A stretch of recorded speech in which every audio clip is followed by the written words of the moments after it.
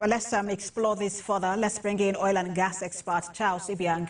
He joins me on the news at 7 for more discussions, and he joins me virtually. Good to have you join us. Thank you for having me. Happy New Year to Nigerians. I wish you the same. As we talk about the oil and gas industry, this is one industry where, when it comes to transparency, Nigerians feel like it lacks the most transparency. We've also seen the petrol scarcity crisis, that was some sort of plague for the country. And as you assess the oil and gas industry for 2024, how would you describe whether we've made progress or not? Thank you so much. We have made great progress. A lot of development have happened in that sector. To every industry observer and watchers, they have seen that we have moved quite in a very right direction. First, we are in a post-PIA regime, and that to a large extent is what is ushering us into the deregulation sector vis-a-vis the removal of fuel subsidy. Recall that the president, after taking this very fundamental decision, in line with the PIA, that the subsidy regime is off, the corruption surrounding that regime was totally eliminated. And the good thing about it is that it has also given players in that sector the confidence to invest their money, knowing fully well that the sector is no more regulated as it is, but it is allowing the market forces to dictate what happened. And these are really bringing a lot of investment. And you can also recently, you recall that Shell itself have invested heavily in the Bonga North. About $5 billion is coming in, and this is huge. And this is very, very huge to the Nigerian economy. And recently also, the restreaming of the Port Harcourt refinery, which is the government-owned aspect of it, is also a cherry news. And recently, this December, the final gift given to us in 2024 was also the restreaming of the Warri refinery.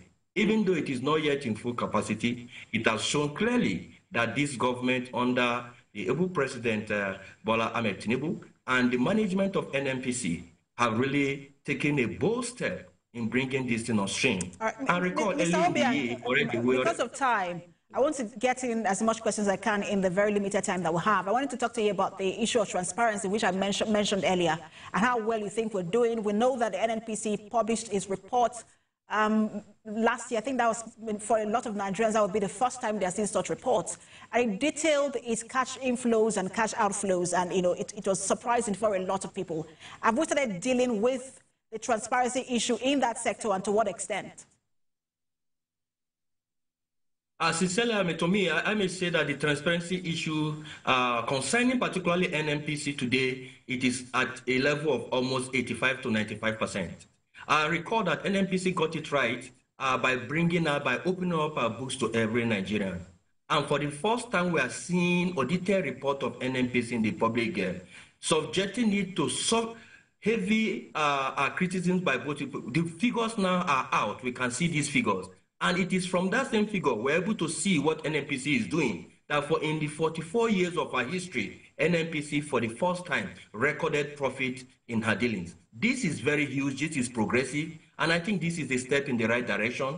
I think we strongly commend the management for doing that. So the transparency in the oil and gas sector today, I think it is more open currently than as it is before. Because before it has always been an opacity, the opacity around the operation of the oil and gas sector have really caused a lot of distrust between Nigerians and the sector. But I think NNPC have gotten it right now by being able to have a very solid corporate communication department that is turning out the right information of propaganda. And I think Nigeria is in the right trajectory in terms of development in the oil and gas sector. And I think that is what I can really deduce from the whole thing. And I think it is a wonderful news. And perhaps the best New Year gift for Nigerians was the fact that the Warri refinery came on stream. How close are we in terms of energy security and sustainability in the country? Sincerely, the Warri refinery is just the second leg of the wonderful story after the Dangote refinery, which is a private-owned organization. The second aspect of it was the so-called jinx was broken when the old Port Harcourt refinery came on stream. as we are still trying to, between less than a month or 2 months now, we are trying to still get conversant with what is going on. Then Warri Refinery again is coming on, even though operating at a 65%. For us, this is the cheering news. This shows there's a lot of progress in the system. This shows that the oil and gas sector looks very, very progressing. And I want to say this, the important thing about the whole thing is that it is going to lead to a competition. And that competition as a result of in-country capacity to refine petroleum products.